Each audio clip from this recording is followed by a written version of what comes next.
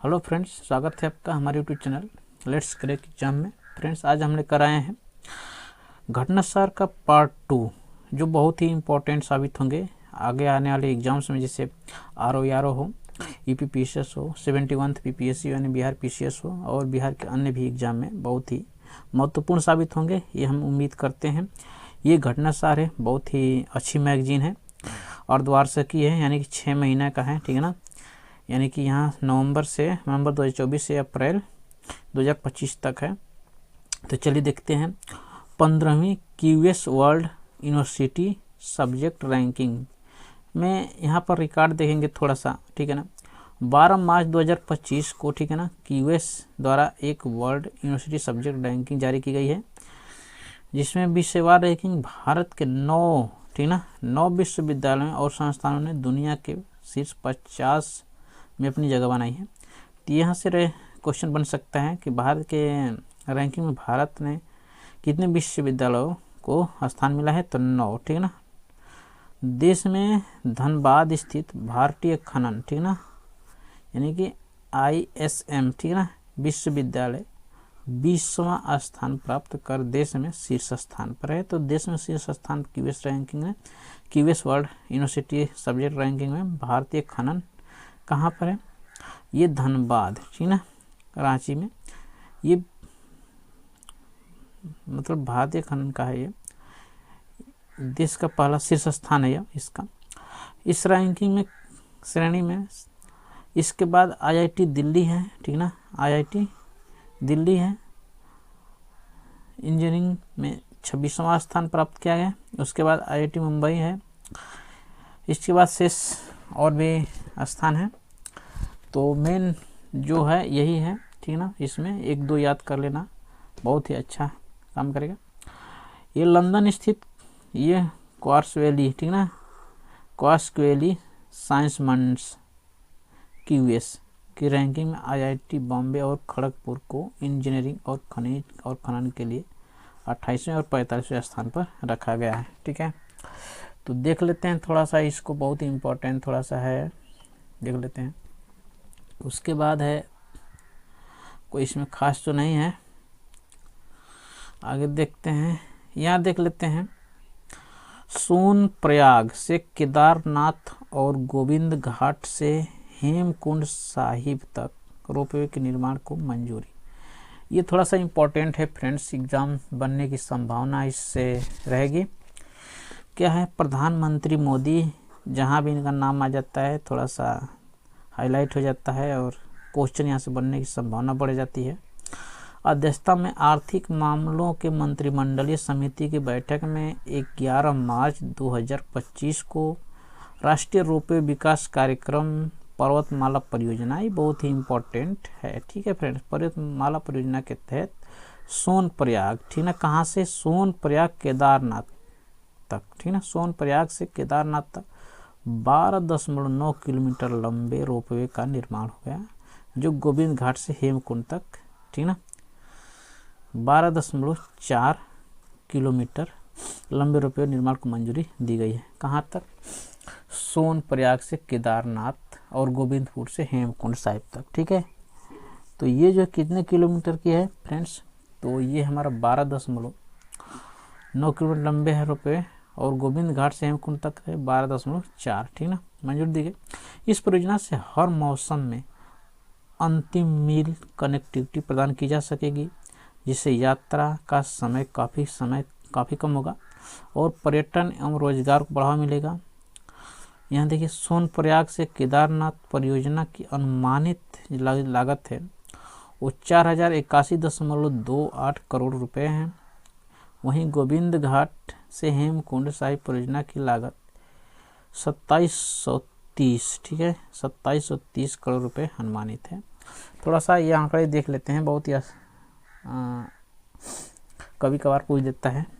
दोनों परियोजनाओं को design, build, finance, operate, transfer model के तहत सार्वजनिक भागीदारी में विकसित किया जाएगा। सोनप्रयाग केदारनाथ रोपवे परियोजना में प्रयुक्त की जाने वाली तकनीकी, ठीक है ना, ये देख लेते थोड़ा। 3 केबल डिटेचेबल गुंडाला 3S, ठीक ना, 3S प्रणाली है, जो एक उन्नत रोपवे तकनीकी है जिसकी क्षमता प्रति घंटे प्रति दिशा 1800 यात्री, ठीक है ना, 1800 यात्री हैं, ठीक है, जिससे प्रतिदिन 18,000 यात्री यात्रा कर सकेंगे, इसकी क्षमता जो है, ठीक है। रोपवे के निर्माण से वर्तमान में 8 से 9 घंटे लगने वाले समय केवल 36 मिनट में पूरी हो सकेगा। तो ये फ्रेंड थोड़ा सा इम्पोर्टेंट साबित हो सकता है यहाँ से यहाँ तक जो पार्ट है। 36 मिनट जो 8 से 9 घंटे लगने वाले समय को हम 36 घंटे में कवर कर लेते हैं, ठीक है।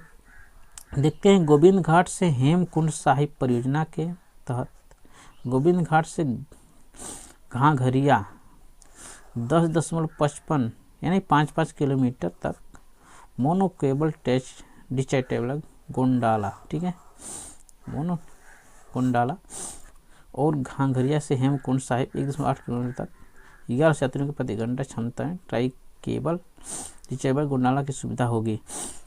थोड़ा देख लेते हैं, ये इधर वाला यहाँ तक है, गया इतना याद कर लेंगे तो बहुत है, देख लेंगे तो। अब यहाँ देखेंगे, ये इम्पोर्टेंट थोड़ा है, ये भाई भी इम्पोर्टेंट है। भारत की 6 धरोहर यूनेस्को की अस्थायी सूची में शामिल, किसमें फ्रेंड्स, अस्थायी सूची में शामिल। 7 मार्च 2025 को यूनेस्को ने भारत की 6 प्रमुख ऐतिहासिक धरोहरों को अपनी अस्थायी टेंटेटिव सूची में शामिल करने की घोषणा की, जिससे देश में अस्थायी स्थलों की संख्या कुल 62 हो गई है, ठीक है। शामिल किए गए, यहाँ देखेंगे, शामिल किए गए 6 नए स्थलों की सूची में मध्य प्रदेश, ठीक है, मध्य प्रदेश सम्राट अशोक के शिलालेख, सम्राट अशोक के शिलालेख बहुत इंपॉर्टेंट है फ्रेंड्स। 64 योगिनी मंदिर, ठीक है, मध्य प्रदेश, गुप्तकालीन मंदिर और बुंदेला शासकों के किले मठ। छत्तीसगढ़ स्थित कंगोर घाटी, कंगोर घाटी कहाँ फ्रेंड्स, छत्तीसगढ़, याद रखिएगा। घाटी राष्ट्रीय उद्यान तेलंगाना स्थित मुदकुल मेगालिथिक, मुदकुल मेगालिथिक में ही शामिल है, ठीक है ना। ये जो है किस में शामिल करने, ये है 6 धरोहर यूनेस्को की सूची में, अस्थायी सूची में शामिल करने हुए हैं। छत्तीसगढ़ की कंगोर घाटी राष्ट्रीय उद्यान, थोड़ा सा देख लेते हैं छत्तीसगढ़ की कंगोर यानी कांगेर घाटी भी इसको कहते हैं, देख लेते हैं इसको। तो यहाँ पर क्या है, ये मार्च 2025 में यूनेस्को की अस्थायी सूची में 3 महत्वपूर्ण मानदंडों, प्राकृतिक सौंदर्य, भूवैज्ञानिक विशेषताएं और जैव विविधता के मानक पर खरा उतरने वाले छत्तीसगढ़ बस्तर जिले की कंगोर राष्ट्रीय उद्यान, ठीक है, कंगोर राष्ट्रीय उद्यान याद रखिएगा छत्तीसगढ़ में स्थित है, ठीक है ना, को यूनेस्को की अस्थायी सूची में शामिल किया गया। यह उद्यान चूना पत्थर की गुफाओं, जल प्रपातों और समृद्ध वनस्पतियों का घर है, ठीक है। इस उद्यान में 963 प्रकार की वनस्पतियां, दुर्लभ आर्किड की 30 प्रजातियां, 49 स्तनपायी, 210 पक्षी, 37 सरीसृप, 16 भैंस, 57 मछलियां और 141 प्रजाति पाई जाती है। इस उद्यान में 150 फीट ऊंचा तीर्थगढ़ जल प्रपात स्थित है, याद रखिएगा फ्रेंड। अगर पूछेगा क्वेश्चन में कि तीर्थगढ़ जल प्रपात कहाँ स्थित है, तो कांगर नदी से निकलता है, ठीक है ना, जो कांगेर नदी से निकलता है, तो कहाँ, छत्तीसगढ़ में, ठीक है ना। कांगेर घाटी राष्ट्रीय उद्यान और तीर्थगढ़ जल प्रपात कहाँ स्थित है, छत्तीसगढ़ में, ठीक है ना। और मुदकल मेगालिथिक में तेलंगाना स्थित है, ठीक है ना, मुदकल मेगालिथिक में ही तेलंगाना में स्थित है। आगे देखते हैं, यहाँ इतना ही इम्पोर्टेंट था, आगे देख लेते हैं। हाँ, थोड़ा सा अशोककालीन, ये अशोककालीन शिलालेख स्थल जो है विभिन्न राज्यों का एक श्रेणीकृत नामांकन है, जिसमें उन विभिन्न स्थलों को शामिल किया गया है जहाँ सम्राट अशोक के शिलालेख पाए गए हैं। 3री शताब्दी जो है ईसा पूर्व की ये अभिलेख चट्टानों, गुफाओं और स्तंभों पर उकेरे गए हैं। 64 योगिनी मंदिर कहाँ है फ्रेंड्स, ये मुख्यतः मध्य प्रदेश तक फैले हुए हैं, ठीक है ना, विभिन्न राज्यों में मुख्यतः मध्य प्रदेश में फैले हुए हैं। मंदिर पहाड़ियों की चोटी पर बने सामान्यतः गोलाकार संरचनाएं, जिसमें पत्थर की नक्काशीदार मूर्तियां हैं। देख लेते हैं आगे। ये बुंदेला राजवंश के महल के किले मध्य प्रदेश में हैं, ठीक है ना, और उत्तर प्रदेश में स्थित बुंदेला राजवंश के महल किले मध्यकालीन भारत की ऐतिहासिक धरोहर है। यहाँ इतना ही इम्पोर्टेंट है। यहाँ देखिए ये इम्पोर्टेंट है, ठीक ना, जो इम्पोर्टेंट है हम उसको कवर करते चलेंगे। देश की पहली नदी डॉल्फिन, डॉल्फिन का जहाँ नाम आ जाएगा समझ लीजिए कि थोड़ा परीक्षा की दृष्टि से इम्पोर्टेंट साबित हो जाएगा। हमने देखा है कि लगातार ये परीक्षाओं में पूछता रहा है, चाहे PPCS हो, ROR हो या UPSC भी हो और BPSC हो, बिहार PCS से भी सवाल पूछते हैं ये सब। विश्व वन्य जीव दिवस 3 मार्च, ठीक ना, 2025। अब विश्व वन्य जीव 3 मार्च को मनाया जाता है, ठीक है। प्रधानमंत्री नरेंद्र मोदी का जब नाम आ जाए तो समझिए कि कुछ चीज़ें इंपॉर्टेंट होने वाली है, ठीक है। गुजरात के गिर नेशनल राष्ट्रीय पार्क कहाँ स्थित, गुजरात में है, ठीक है। वन्य जीव बोर्ड की 7वीं बैठक की अध्यक्षता करते हुए देश की पहली नदी डॉल्फिन गणना रिपोर्ट जारी की गई, ठीक है, नदी डॉल्फिन रिपोर्ट। अब इसमें क्या हुआ, रिपोर्ट के अनुसार कुल 6,324 गंगा नदी डॉल्फिन और 3 सिंधु नदी डॉल्फिन। तो इसमें बोल देगा कि कितने सिंधु नदी डॉल्फिन है, 3। 6,327 नदी डॉल्फिन पाई गई है। यह अध्ययन 8 राज्यों की 28 नदियों में किया गया, जिसमें 3,150 कार्य, ठीक है।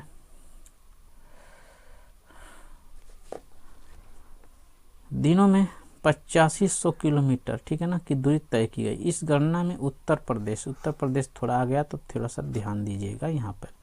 उत्तर प्रदेश में सबसे अधिक डॉल्फिन 2397, ठीक है, 2397, इसको थोड़ा याद रखिएगा, दर्ज की गई है। इसके बाद बिहार में 2220, पश्चिम बंगाल में 815 और असम में 635, झारखंड में 162। सभी अपने राज्य के थोड़ा सा याद रखिएगा।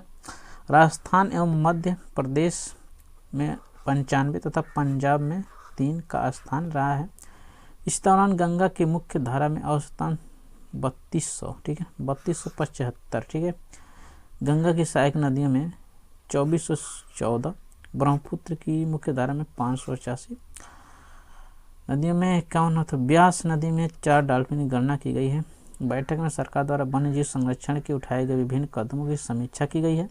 इसमें टाइगर प्रोजेक्ट, हाथी संरक्षण प्रोजेक्ट, स्लो लेपर्ड प्रोजेक्ट और एशियाई शेरों संरक्षण की योजना की चर्चा की है। इसके अलावा अंतर्राष्ट्रीय बिग कैट्स अलायंस की स्थापना और डॉल्फिन संरक्षण की स्थानीय समुदायों की भागीदारी पर जोर दिया गया है, ठीक है।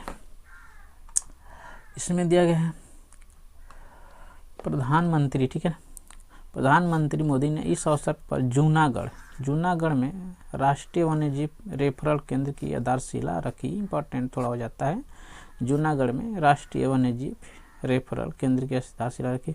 यह केंद्र वन्यजीवों के स्वास्थ्य और बीमारी प्रबंधन का प्रमुख केंद्र होगा। इस अवसर पर प्रधानमंत्री ने 2025 में एशियाई शेरों की 16वीं जनगणना शुरू करने की घोषणा भी की है। थोड़ा इम्पोर्टेंट है, 2025 में एशियाई शेरों की कौन सी जनगणना है, 16वीं जनगणना, ठीक है।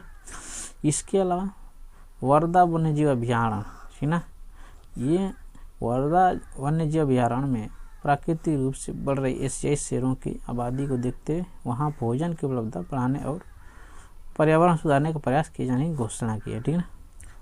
वन्यजीव मानव संघर्ष को नियंत्रित करने के लिए कोयम्बटूर स्थित स्लिम अल्टी सेंटर फॉर ऑर्थोनिटी एंड नेचुरल हिस्ट्री में एक उत्कृष्ट केंद्र स्थापित करने की घोषणा की गई है। जो इम्पोर्टेंट है फ्रेंड्स हमने देख लिया, ठीक है ना।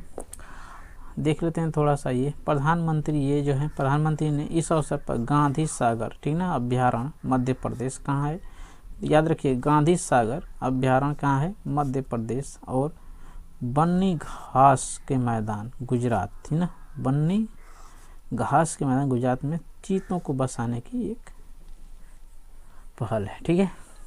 तो उम्मीद करता हूँ आपको ये छोटा सा सेशन अच्छा लगा होगा। अगर अच्छे लगे तो प्लीज़ चैनल को सब्सक्राइब करें, वीडियो को लाइक करें और शेयर करें।